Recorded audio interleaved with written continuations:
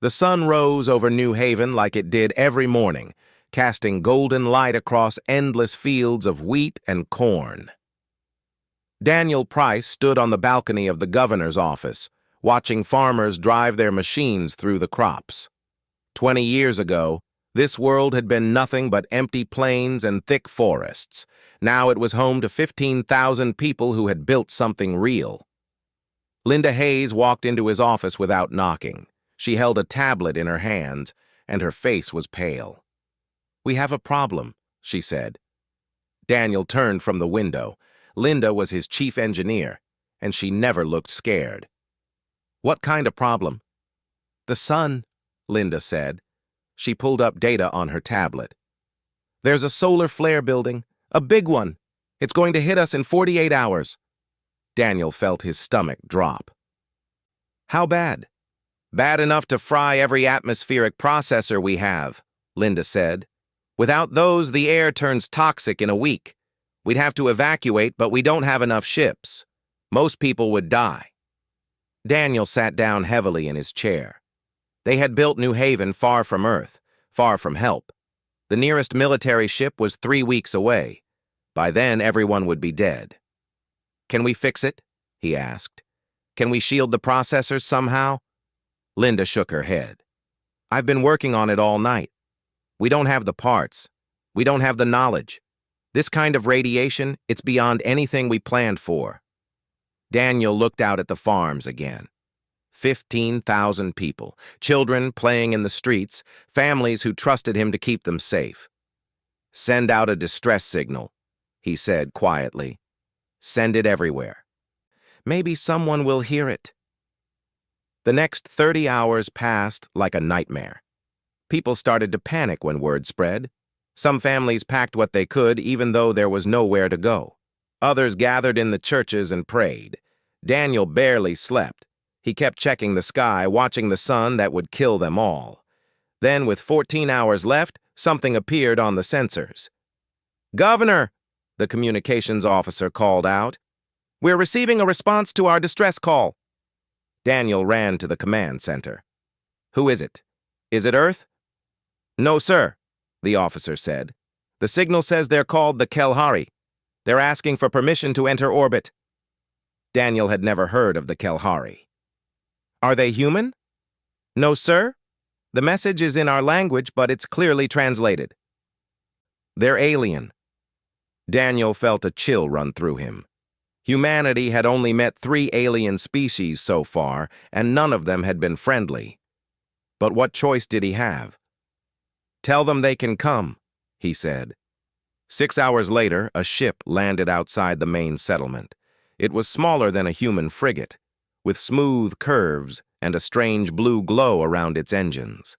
The landing ramp opened, and 3 figures walked out. They were tall and thin, with 4 arms and skin that shimmered like oil on water. Their faces had large eyes and no nose, just small slits.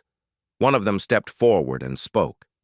The words came from a device on its chest, translating into English. "I am Veshatara," the alien said. "We received your distress call. We can help." Daniel walked forward slowly, his security team behind him. "You can stop the solar flare?" "No," Veshatara said, "but we can shield your processors. We have dealt with such problems before. Our technology can protect them."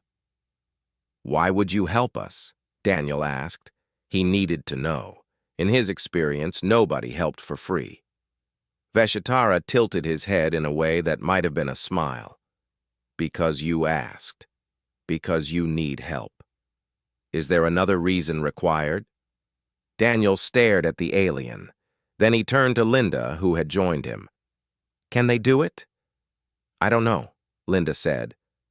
"But we're dead if we don't try." Daniel nodded. "Then let's try." The Kelhari worked fast. Veshatara and his 2 companions brought strange devices from their ship, machines that hummed with power. Linda worked beside them, watching everything they did. The Kelhari explained each step, teaching her as they went. "Your people build strong," Veshatara said as they installed the shields on the first processor.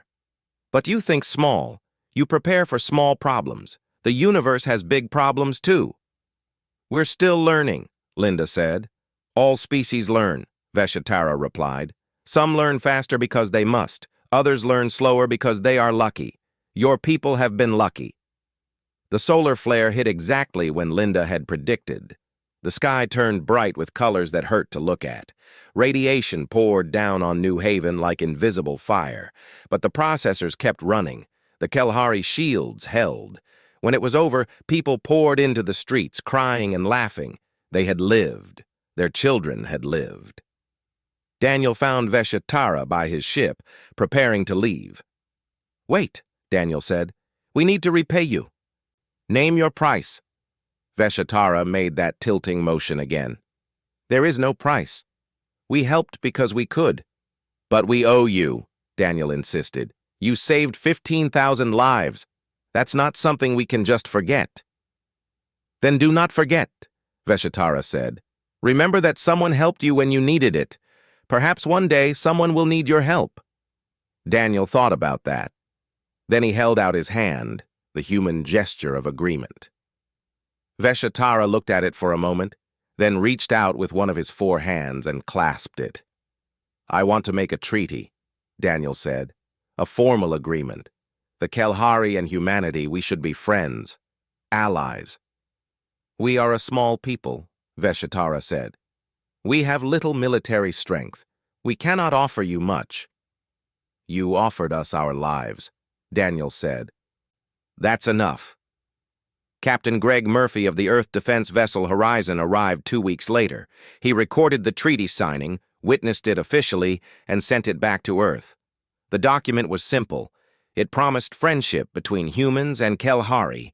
It promised that they would help each other when needed. Before Veshatara left, he spoke to Linda one last time. Your people will grow strong, he said. I can see it. But remember this day. Remember that strength is not just weapons and ships. Strength is also knowing when to help others. I'll remember, Linda promised. The Kelhari ship lifted into the sky and vanished among the stars.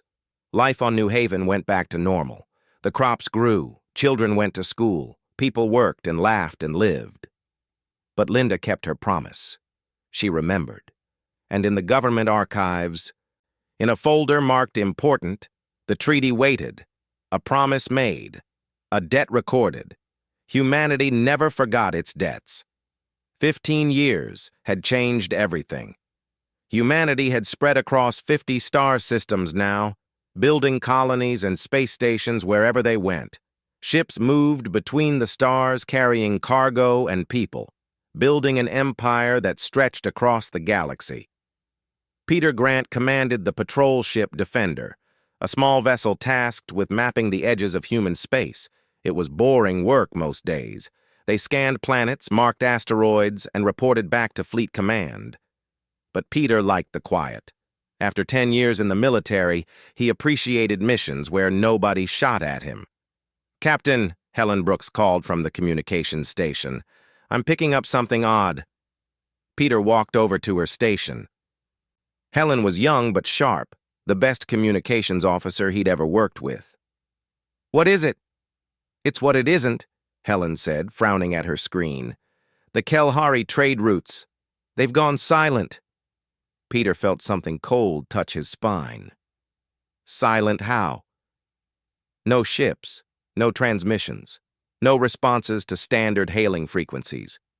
The Kelhari usually run convoys through this sector every 2 weeks like clockwork. But I've been monitoring for 3 months now, and there's been nothing. Maybe they changed their routes, Peter said. Helen shook her head. I checked with the Trade Commission.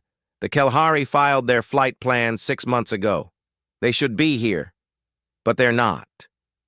Peter thought about that. The Kelhari were reliable to a fault. They kept schedules, maintained communications, and never deviated from established patterns. It was one reason human traders liked working with them. Send a report to Fleet Command, Peter said. Let them know we're investigating. The response came back within hours. Admiral Karen Wells herself had replied, which told Peter this was serious. The message was short. Find out what happened. The Defender changed course, heading deeper into Kelhari space. The journey took 3 days. Peter spent that time reviewing everything he knew about the Kelhari. It wasn't much. They were traders and engineers, a peaceful species that avoided conflict.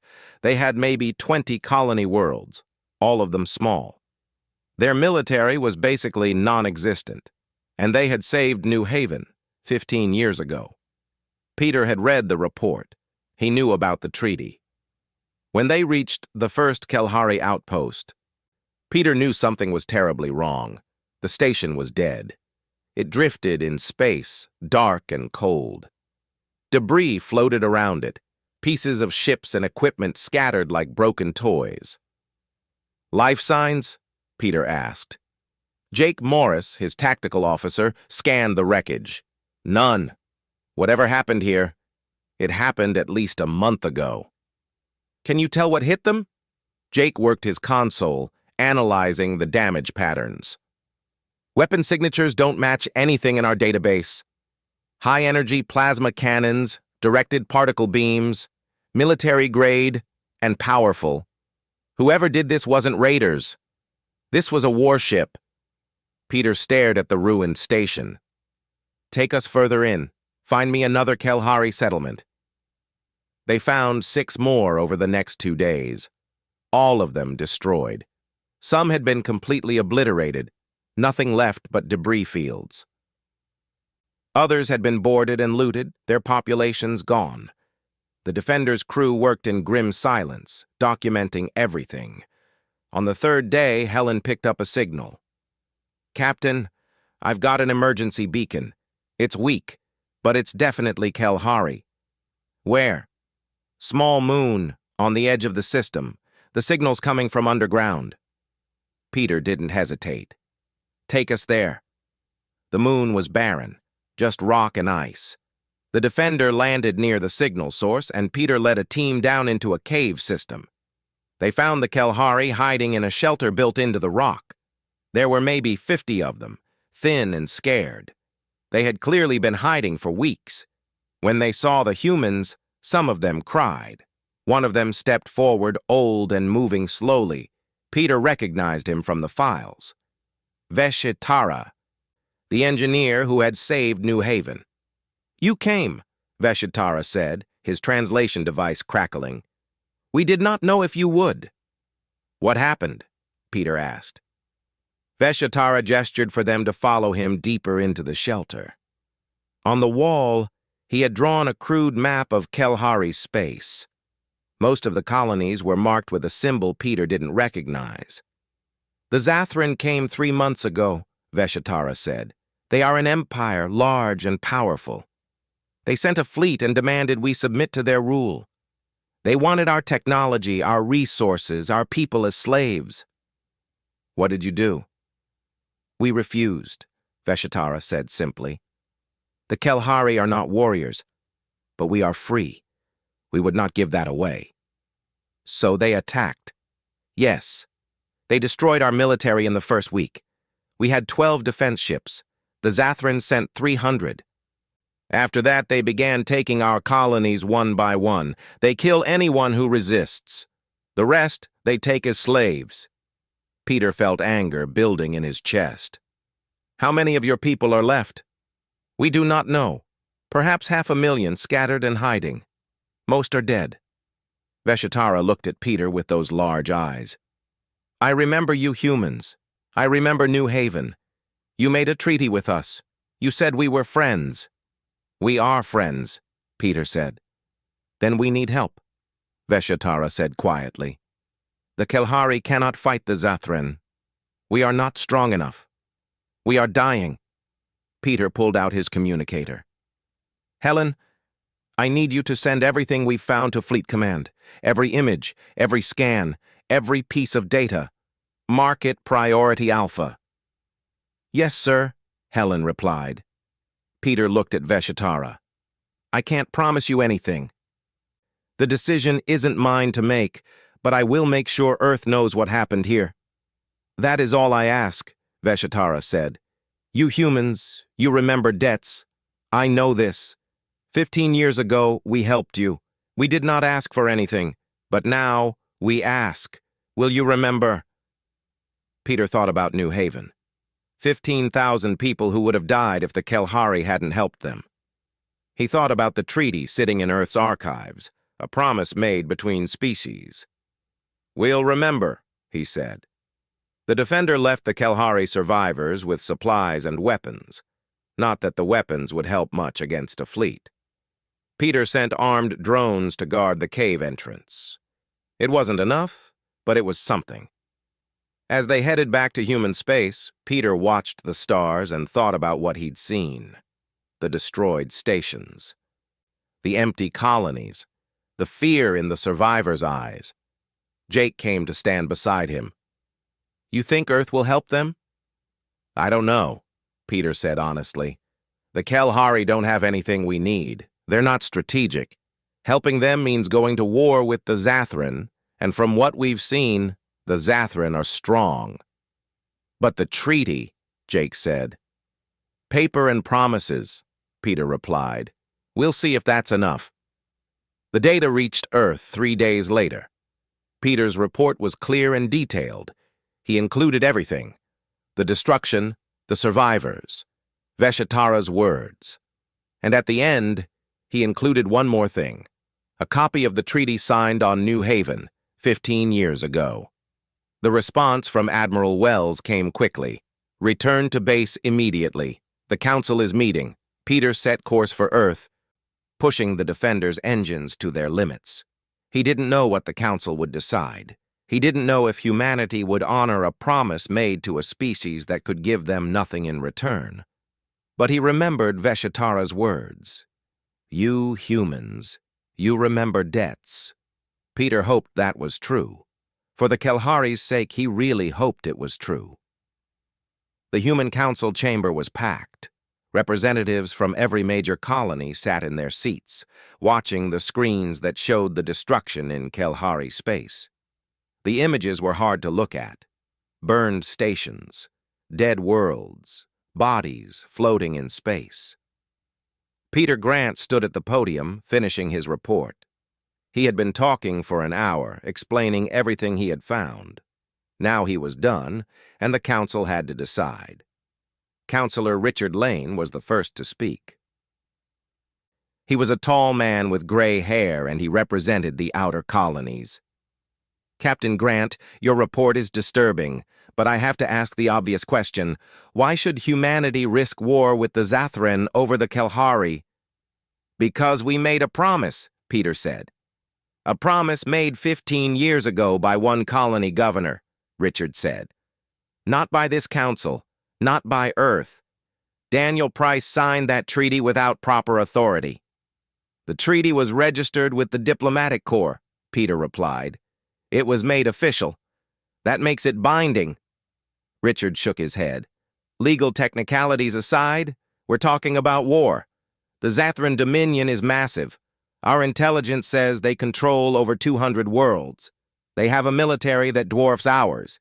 If we attack them, thousands of humans could die. Thousands of Kelhari are already dead, Peter said quietly. That's not our responsibility, Richard shot back. We didn't attack them. We didn't start this war. Getting involved would be suicide. Counselor Claire Stone stood up. She was older than Richard, with white hair and sharp eyes. She represented Earth itself. Counselor Lane makes practical points, but he's missing something important. If we ignore the Kelhari now, what does that say about us? What does it say about our word? Our word isn't worth dying for, Richard said. Then our word is worthless, Claire replied. And if our word is worthless, what are we? Just another species grabbing what we can, abandoning our friends when it's convenient? Is that who we want to be? The chamber erupted in argument. Half the council seemed to agree with Richard. The other half supported Claire. Peter stood at the podium, watching humanity debate whether to keep its promises. Frank Ross, the chief military advisor, raised his hand for silence. He was a career soldier, scarred and serious.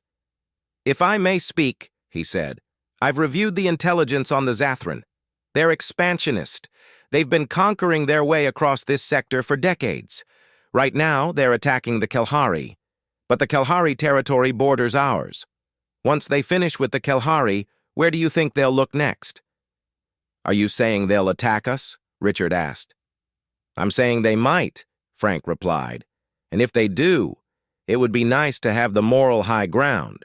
It would be nice to tell other species that humanity stands by its allies. Right now, everyone is watching to see what we do. If we abandon the Kelhari, we tell the galaxy that our treaties mean nothing. That makes us weak. Or it makes us smart," Richard argued. "Why die for a species that can't help us?" The debate went on for hours. Peter was dismissed, sent to wait outside while the council argued. He sat in the hallway with Jake and Helen, watching news feeds on his tablet. The story had already gone public. Someone had leaked the images from Kelhari space, and now everyone on Earth was seeing them. The reaction was mixed. Some people agreed with Richard, saying humanity shouldn't risk its own people. Others were angry, demanding action. Then Linda Hayes appeared on the news. She was older now, her hair gray and her face lined. But Peter recognized her from the reports. She had been the chief engineer on New Haven, the one who worked with Vesha Tara to save the colony. "I want to talk about debts," Linda said, looking straight into the camera. 15 years ago, my colony was dying. We had 2 days to live, and no way to save ourselves. Then the Kelhari came. They didn't ask for payment. They didn't demand concessions. They just helped us because we needed help." She held up a picture. It showed a little girl, maybe 5 years old, smiling at the camera. "This is my granddaughter. She lives on New Haven. She exists because the Kelhari saved her grandmother's life. 15,000 people exist because the Kelhari helped us. And now the Kelhari are dying, and we're debating whether to help them." Linda's voice got harder. "I've read the arguments.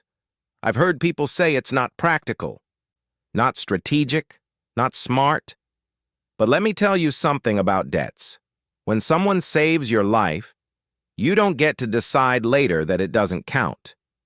When someone helps you for nothing, you don't get to forget just because it's inconvenient. The Kelhari didn't calculate whether helping us was smart. They just helped. Now they're asking us to do the same." The interview went viral within hours. More people started speaking up. Families from New Haven shared their stories. Children who had been born after the solar flare talked about how they owed their existence to the Kelhari. Then Daniel Price himself appeared. He was very old now, barely able to walk. But he traveled from New Haven to Earth, and he demanded to speak before the council. They couldn't refuse him. He had been a colonial governor, a decorated official. His word carried weight. Peter was called back into the chamber to hear it. Daniel stood at the podium, leaning heavily on a cane. His voice was weak but clear. "I signed that treaty," he said. "Some of you say I didn't have the authority. Maybe you're right. Maybe I was just one governor on one world. But I signed it because I believed in something.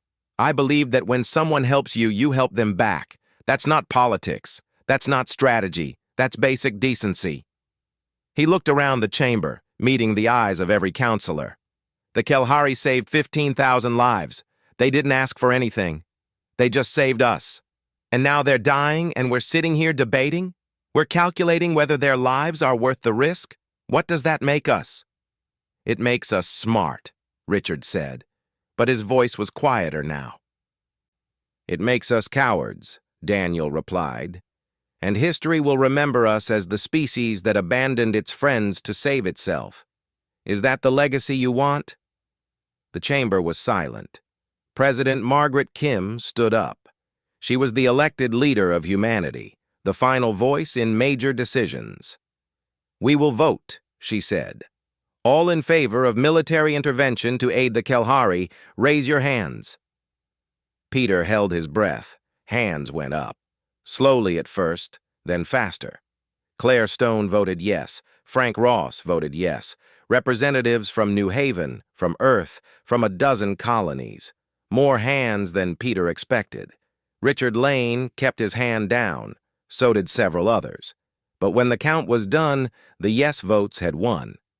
Margaret Kim nodded slowly. Then it's decided. We go to war. She turned to the cameras broadcasting the session across human space. People of Earth and the colonies, today we have made a choice. We are going to war with the Zathran Dominion, not for territory, not for resources, not for strategic advantage. We're going to war because the Kelhari stood with us when they didn't have to, and now we will stand with them. She paused, letting her words sink in. Some will say this is foolish. Some will say we're risking too much. But I say this is who we are. Humanity honors its debts. We stand by our friends, and we will show the galaxy that our promises mean something. The speech was broadcast everywhere. Within days, it seemed like every human had an opinion. Some protested, saying the war would cost too many lives. Others enlisted, wanting to fight for the cause. Peter was promoted to Vice Admiral and assigned to Admiral Karen Wells's fleet. They began assembling the largest military force humanity had ever created. Ships from every sector, soldiers from every colony. The buildup took 6 weeks. During that time, Peter received a message. It was from Veshatara, still hiding on that barren moon. We heard the decision, the message said. We did not expect this. We thought humanity would abandon us. But you remembered. You kept your promise. Whatever happens now, the Kelhari will remember this. We will remember that humanity values friendship more than safety. Peter read the message 3 times. Then he sent a reply. Hold on, we're coming. The fleet assembled at the edge of human space. 300 ships, the pride of Earth's military, Marines loaded into dropships. Pilots checked their fighters. Engineers made final repairs. Admiral Karen Wells addressed them all. We're about to fight a war that most people think we'll lose. The Zathran outnumber us. They have more ships, more weapons, more experience, but they don't have what we have. They don't have the memory of a debt owed. They don't have friends worth fighting for. And they've never faced humanity when we're truly angry. She paused. The Kelhari saved New Haven without asking for anything in return. Today we repay that debt.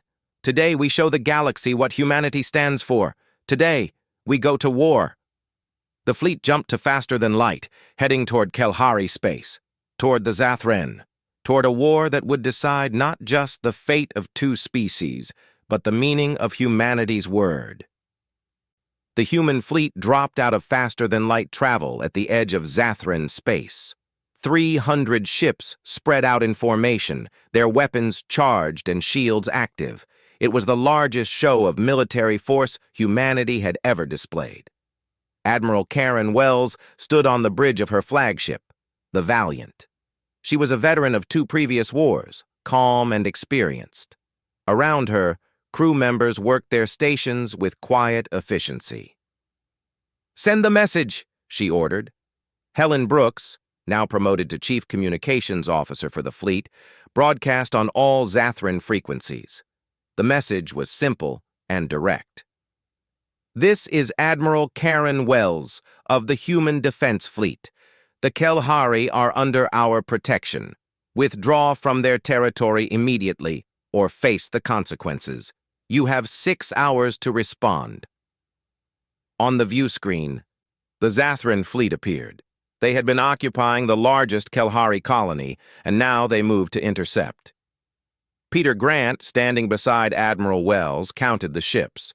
Over 900 Zathran vessels, 3 times the human numbers. They outnumber us badly, he said quietly. Numbers aren't everything, Karen replied. The response from the Zathran came within minutes. A huge alien face appeared on the screen. The creature had thick armor plates covering its head, 4 eyes, and a mouth full of sharp teeth. This was war leader Kraxthor, commander of the Zathran fleet. "Humans," Kraxthor said, his voice translated by the communication systems. "You dare threaten the Dominion? We have conquered 50 species. We have crushed 100 fleets. You are nothing. Leave now, or we will add your worlds to our empire." Karen's expression didn't change. "You have 5 hours and 58 minutes to withdraw." Kraxthor laughed, a harsh sound. "You fight for the Kelhari? Those weak creatures are not worth your lives. They have nothing to offer you." "They offered us friendship," Karen said. "That's worth fighting for." "Then you will die for nothing," Kraxthor said, and the transmission ended. Karen turned to her command staff. "All ships, battle stations, execute Plan Alpha." The human fleet split into 3 groups. Karen commanded the main battle group, 200 heavy ships that would engage the Zathran head-on. Peter took command of the second group, 50 fast cruisers and destroyers. The third group, under Commander Lisa Morgan, consisted of 50 stealth frigates. "Remember," Karen said over the fleet-wide channel, "the Zathran expect conventional warfare. They've fought dozens of species, and they've won every time because everyone fights the same way. We're going to fight different." The Zathran fleet advanced, confident and aggressive. They formed a wall of ships, weapons charging. It was an intimidating sight, a display of overwhelming force. Karen waited until they were close. Then she gave the order. "All ships, full speed ahead. Collision course." The main human fleet accelerated directly at the Zathran wall. The enemy must have thought the humans were insane, charging straight into superior numbers. But at the last moment, the human ships scattered, breaking formation and weaving through the Zathran lines like water flowing around rocks. The Zathran tried to track them, but human ships were faster and more maneuverable. They cut through the enemy formation, firing as they went. Missiles and energy beams tore into Zathran hulls. Ships exploded, debris spreading across space. While the main fleet caused chaos, Peter's group hit the Zathran supply lines. They had identified the enemy logistics ships during the approach, big slow vessels carrying fuel and ammunition. Peter's destroyers tore through them like wolves hunting sheep. "Target the big one," Peter ordered, pointing at a massive supply carrier. "Jake, you have the shot." Jake Morris, now captain of the destroyer Vengeance, grinned. "With pleasure, sir." The Vengeance fired a spread of torpedoes. The supply ship tried to evade, but it was too slow. The torpedoes hit, and the ship exploded in a ball of fire that consumed 3 nearby Zathran frigates. The third group, Commander Lisa Morgan's stealth frigates, appeared behind the Zathran fleet. They had been invisible on sensors using technology the Zathran had never encountered. Now they struck at the enemy command ships, targeting communications and sensors. The Battle of Kraxthor's Gate, as it would be called later, lasted 6 hours. The Zathran kept trying to form up, to use their numerical advantage. But the humans wouldn't fight that way. They hit and ran, struck from unexpected angles, and refused to engage in the kind of straightforward battle the Zathran understood. Human fighters swarmed around Zathran battleships, too small and fast to target effectively. Bombers dropped their payloads and vanished before the enemy could respond.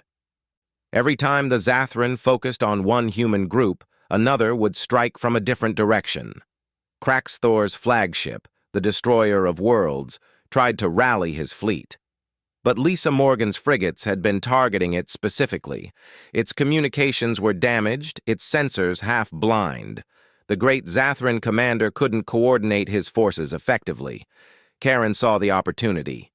"All ships, focus fire on the flagship. Bring it down." 200 human ships turned their weapons on the Destroyer of Worlds.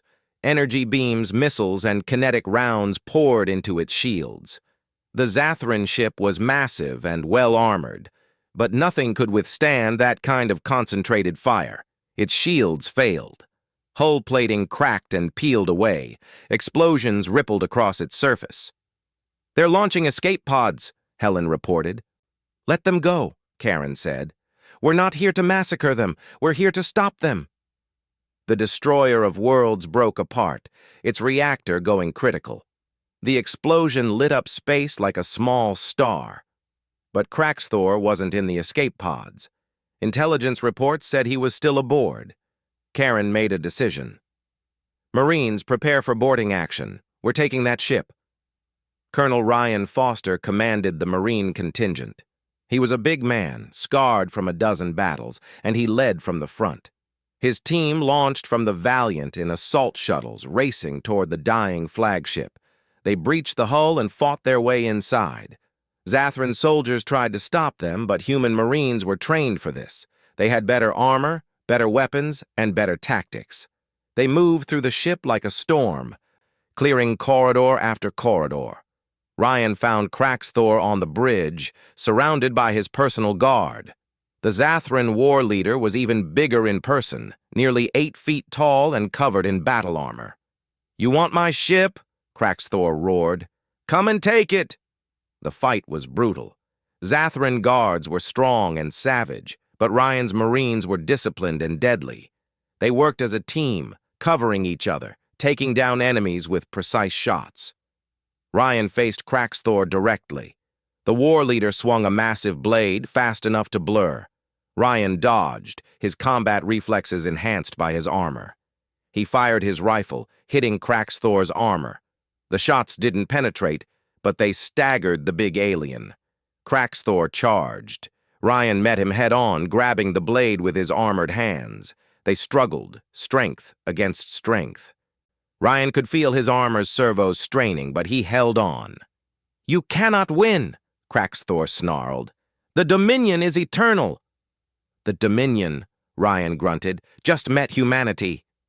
He twisted hard, breaking Kraxthor's grip on the blade. Then he drove his armored fist into the alien's face, once, twice, 3 times. Kraxthor's armor cracked. The war leader fell to his knees. "You're beaten," Ryan said. "Order your fleet to surrender." Kraxthor looked up at him with hate in all 4 eyes. But he was defeated and he knew it.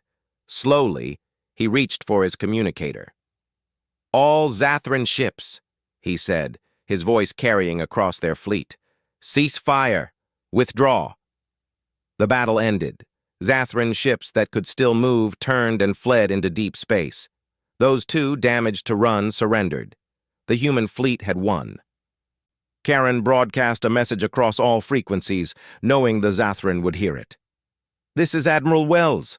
Any Zathran ship found in Kelhari space will be destroyed without warning. Tell your Dominion that the Kelhari are under human protection now. Tell them what happens when you attack our friends." On the moon, where Veshatara was hiding, the Kelhari survivors picked up the broadcast. They heard human voices declaring victory. They heard the promise of protection. Veshatara wept. His people were saved. The human fleet moved through Kelhari space, hunting down the remaining Zathran occupation forces. Most fled without fighting, spreading word of what had happened at Kraxthor's gate. The Zathran Dominion, which had seemed invincible, had been beaten in 6 hours by a human fleet. Peter stood on the bridge of his ship, looking at the casualty reports. Humanity had lost 38 ships. Over 4,000 people were dead. But the Kelhari had been saved. "Was it worth it?" Jake asked quietly. Peter thought about Veshatara, saving New Haven without asking for anything. He thought about the promise humanity had made. He thought about what it meant to be the kind of species that kept its word, even when it was hard.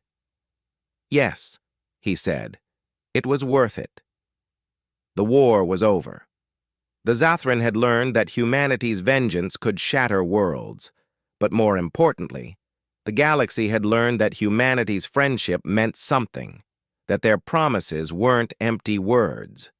And in the ruins of Kelhari space, survivors emerged from hiding, looking up at human ships in the sky and knowing they were safe. The reconstruction began immediately. Human ships moved through Kelhari space, bringing supplies, engineers, and medical teams. Everywhere the Zathran had destroyed, humanity worked to rebuild. Linda Hayes stood on the surface of a Kalahari colony world, looking at the ruins of what had been a city. She was 70 years old now, officially retired, but she had volunteered to come when she heard about the rebuilding effort. Around her, human and Kalahari engineers worked side by side, clearing debris and planning new structures. A young Kalahari approached her, moving carefully on 4 thin legs. "You are Linda Hayes," the alien said.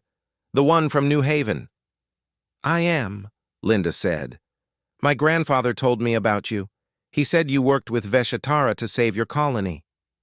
Linda smiled. "Veshatara saved us. I just watched and learned." "He is dying," the young Kalahari said quietly. "Veshatara, he is very old now. He asks to see you if you will come." Linda didn't hesitate. "Take me to him." They traveled to the moon where the survivors had hidden. The cave system had been expanded now, turned into a temporary settlement. Kalahari families lived there, waiting for their worlds to be rebuilt.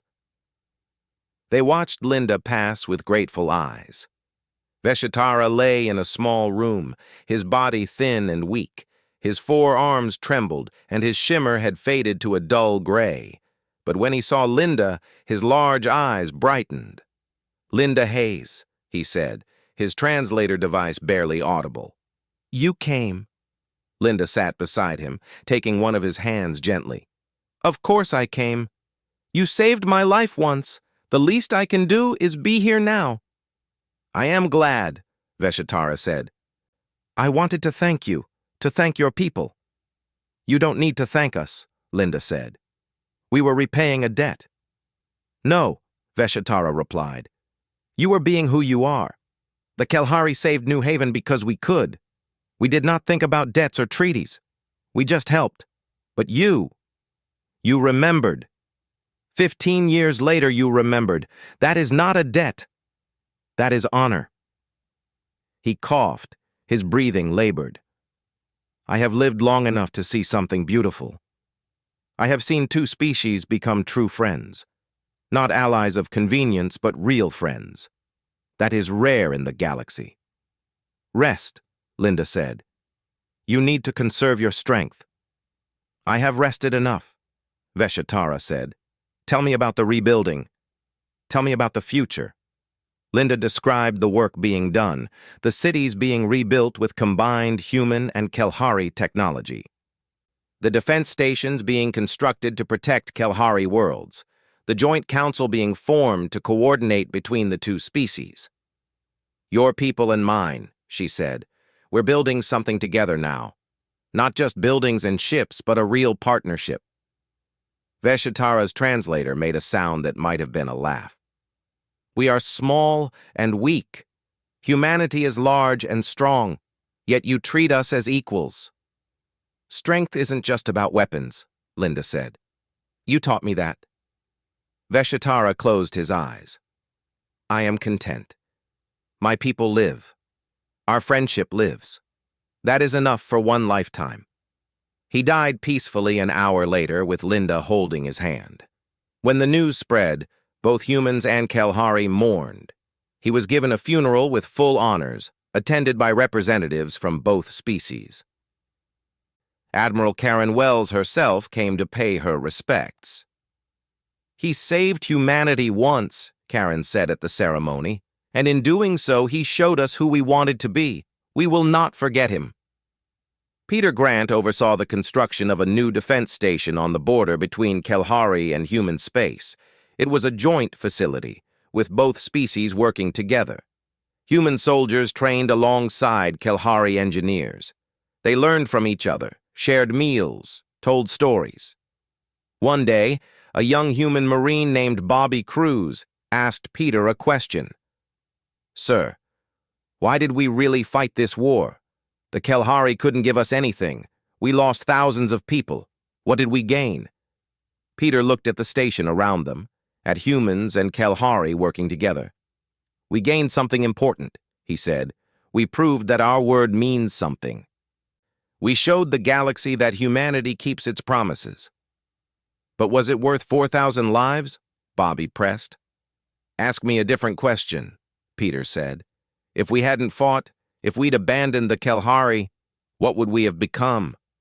What would it say about us if we only help people who can help us back? If we only keep promises when it's convenient? Bobby thought about that. We would have been like the Zathran, taking what we want, ignoring everyone else. Exactly, Peter said. 4,000 people died, and that's a tragedy. But they died protecting what makes us human.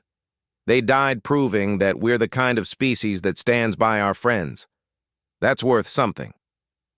On New Haven, a memorial was dedicated.